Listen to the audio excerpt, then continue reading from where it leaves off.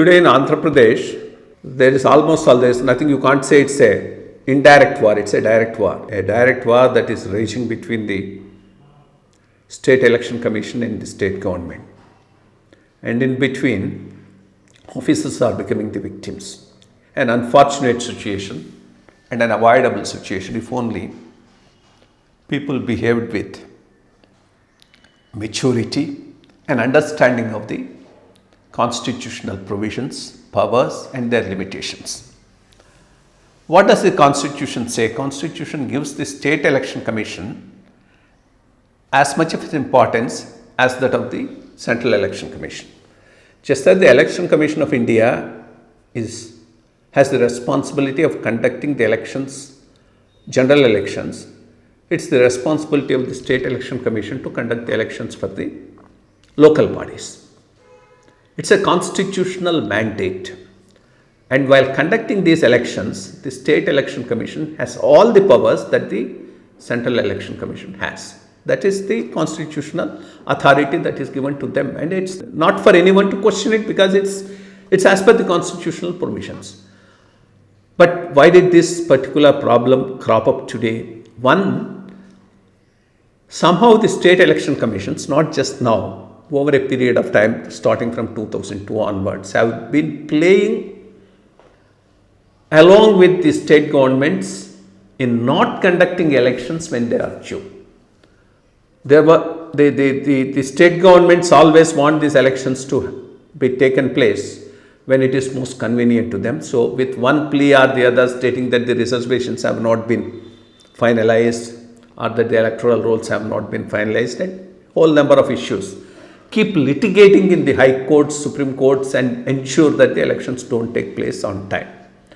Could the state governments have done it this way if the State Election Commission was very keen on conducting the elections on due days? Definitely not. It is either tacit, open or otherwise. The manner in which the state election commissions are behaving is responsible for this postponement of elections. That's where partly the institution has lost its credibility. Coming back to this particular problem and its development, in 2020 when elections were conducted, if the State Election Commission was relatively more impartial while dealing with the party in power, his credentials would have been far better today to deal with the situation. Unfortunately, at that time, an impression has gone around and the opposition parties did make a big issue of it that he was soft with reference to the party in power.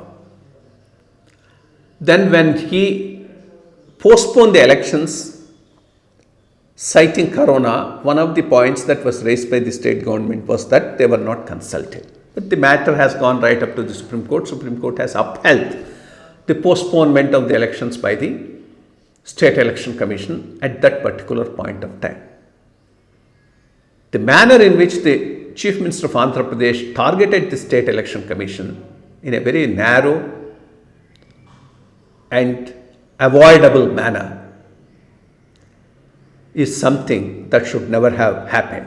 In a country where institutions need to be supreme and do their duty, it always so happens a State Election Commission appointed by one government when it is in power functions when another government is in power, since he has a tenure of 5 years. In between there can be a change of government. Just because he is appointed by another government, if the present government starts saying we don't have faith in it, that would be ridiculous. No institution can function with that type of an attitude from the state government. The second, knowing fully well they don't have the powers to change the conditions of appointment of the State Election Commission, the state government has gone ahead, appointed a new state election commission and allowed it to be litigated right up to the Supreme Court and has to face the flack because prima facie what the state government has done was totally wrong, unconstitutional and is not supported by law. Once he came back, the state government should have been gracious enough to accept his constitutional position and his powers and got along to conduct the elections as per his discretion after putting forth before him whatever are the points of view that the state government wants to say. But unfortunately, the state government did not do that and started a system of non-cooperation. And that non-cooperation continuing after the state election commission has issued the notification and the elections have been cleared by the Supreme Court is something unpardonable and doesn't speak well either of the state government or the officers who are working with the state government.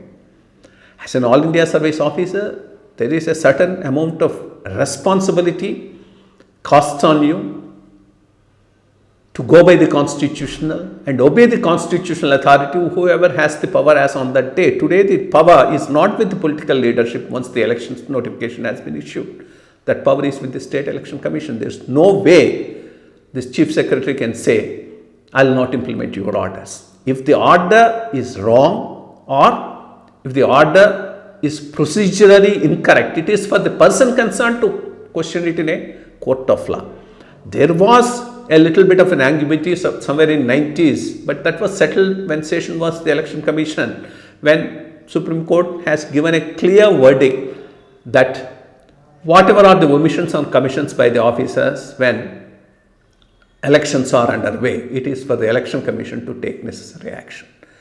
Today say that we don't give you an officer, we don't implement your orders by the state administration is a ridiculous way of going about things, and this needs to be put a stop at some point or the other. I hope the State Election Commission takes this issue seriously, brings it to the notice of the Supreme Court and the State High Court, and for once for all set these settled issues to rest so that in future whoever comes as the State Election Commission may not have to face this type of an embarrassing, avoidable, in the eyes of the public, very, very ridiculous scenes of a constitutional authority being violated by its own subordinates. I hope he will do that and put a rest to the whole issue so that in future the state election commissions, whoever come, will have a better environment to work in. Thank you so much.